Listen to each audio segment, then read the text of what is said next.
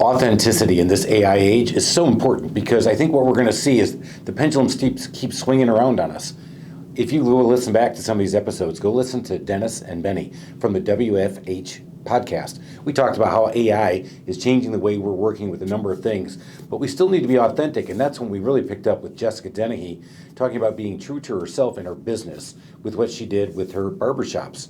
And then we continued on with Rob Stephenson, who is the picture of authenticity, talking about how he runs his business. A really heartfelt story about going from one business into another as a remodeler. Loved all that.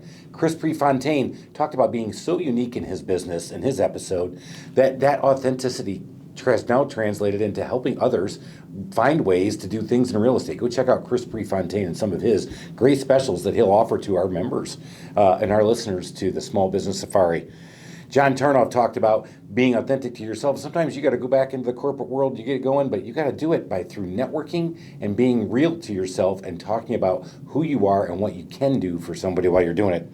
And lastly, Courtney Durand, when she was talking about her Midwest Nice, it was just so much fun to talk with her about that. She's from Iowa, I'm from Michigan originally. We just had a great time talking about building teams with authenticity. People will follow you. Hopefully you got that theme for authenticity. We appreciate you guys listening to our videos. You can check them out on YouTube. You can check them out on Buzzsprout. That's how we publish these things. People have asked me about that. I love hearing from people who contact me after listening to these podcasts. And we're going to have another guest coming into the Trusted Toolbox, all because he heard us on the podcast.